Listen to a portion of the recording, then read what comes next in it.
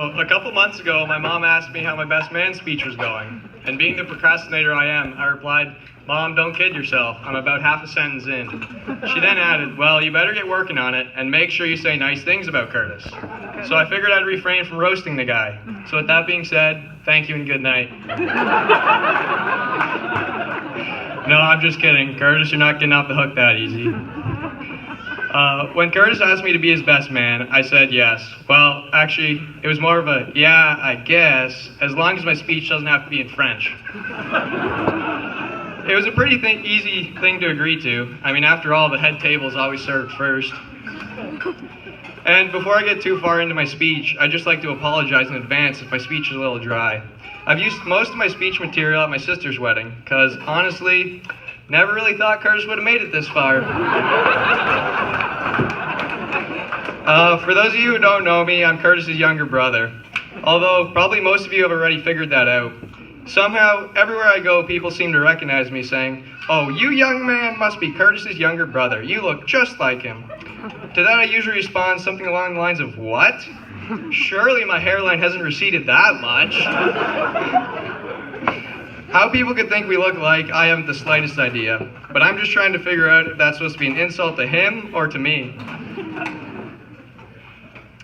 It was always the same thing in school. I would walk into class on the first day and the teacher would have a grin ear to ear seeing another Simpson boy on their attendance list, expecting another smart, well-behaved young man like Curtis always was.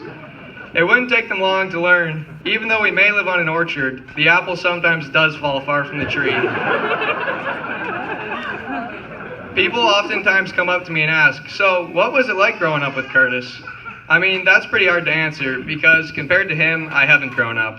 I mean, it wasn't partway to grade 6 I started fitting into some of his hand-me-downs from grade 1.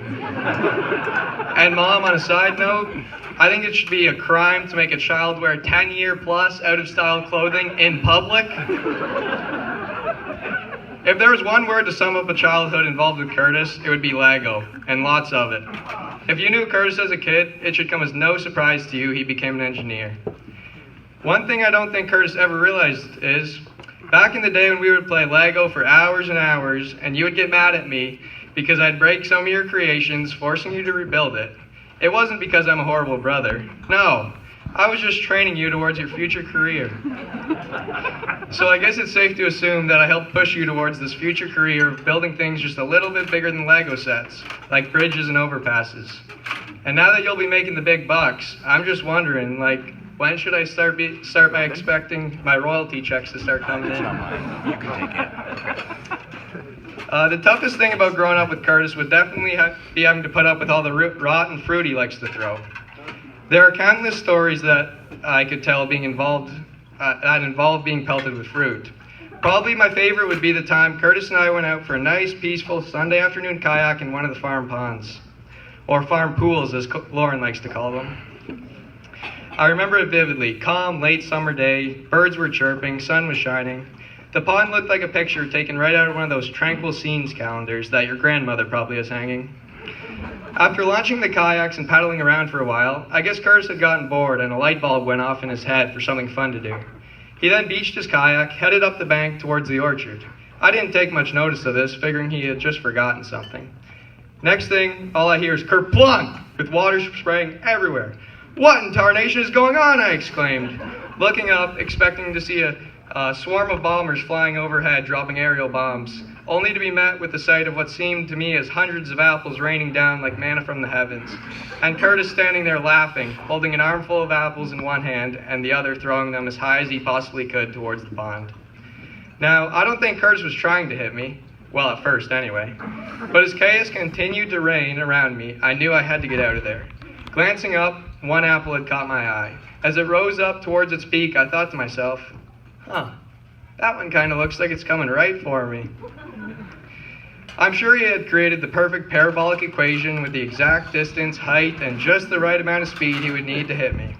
I mean, I am right to assume everything an engineer does, they have all graphed and calculated out, right? As I had my eye on that apple, it seemed as if everything started moving in slow motion. I picked up my paddle and just started giving her, trying to get out from underneath the path of this thing. It didn't seem to matter how hard I paddled. It's like this apple had a missile lock right on me. Looking up while still paddling, the apple kept getting closer and closer and closer until thud, followed immediately by a very high-pitched screeching noise and Curtis rolling with laughter on the bank. The apple had come down at what felt like terminal velocity and hit me, right where you really don't want to be hit. I'm not exactly sure what happened after that, but I walked away with 2 lessons that day. Well, limped away would be more accurate, I guess. These 2 lessons were, life doesn't always give you lemons, sometimes it throws apples. And the most important lesson from that day, never, ever turn your back on Curtis with rotten fruit nearby. Now back to my first lesson about how life doesn't always give you lemons, that it sometimes throws apples. I don't think it matters what life throws at you, all that matters are the people you're with. And Curtis, I know Lauren will make a great person to be with for this. Curtis had always played the stereotypical role of the big brother very well. He was always the best at everything, sports, computer games like Roller Coaster Tycoon or the classic NHL 06, but especially at board games. No matter the game, Curtis would always win. Although it didn't take long for me and Courtney, our sister, to realize the reason why Curtis always insisted reading the rule book was so he could leave half the rules out, only to add his own in later. Curtis was always the favorite child. If you ask my parents, they will of course deny this, and as my dad would probably say, that's not true. I dislike you all equally.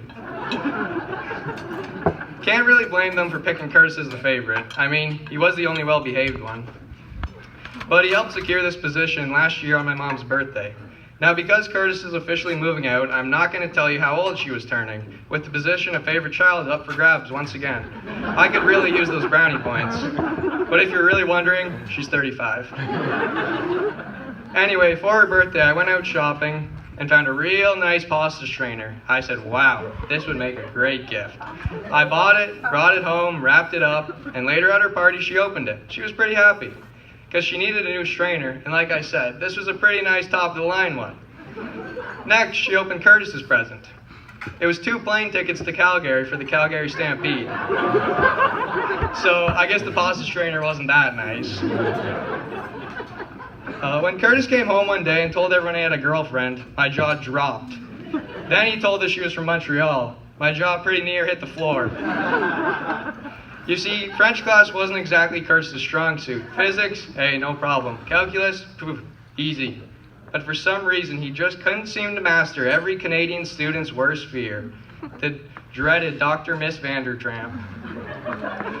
The first sign I knew it had to be true love is that Curtis could set aside his childhood PTSD of French class ruining his straight A's in order to go up to Montreal, what seemed like every weekend, to visit Lauren. The second sign of true love, a Habs fan and a Leafs fan, actually getting along. I sure am glad Curtis could set all this aside, because I'm more than thrilled to have Lauren join our family. Since the first day I met her at St. Thomas Conference 2 years ago, when Curtis introduced me to his friend, I knew Lauren would make a great fit into our family. Now that Curtis and Lauren are married, there's a lot of pressure riding on me. You see, about 6 or 7 years ago, our parents took us on a cruise. After the cruise, we all immediately asking when we'd be going on another.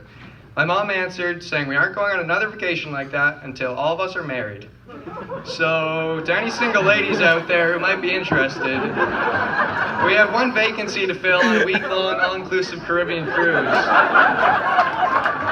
To fill out an application for this opening, contact me at 519. Please include a cover letter, application, no longer than 3 pages. Thank you.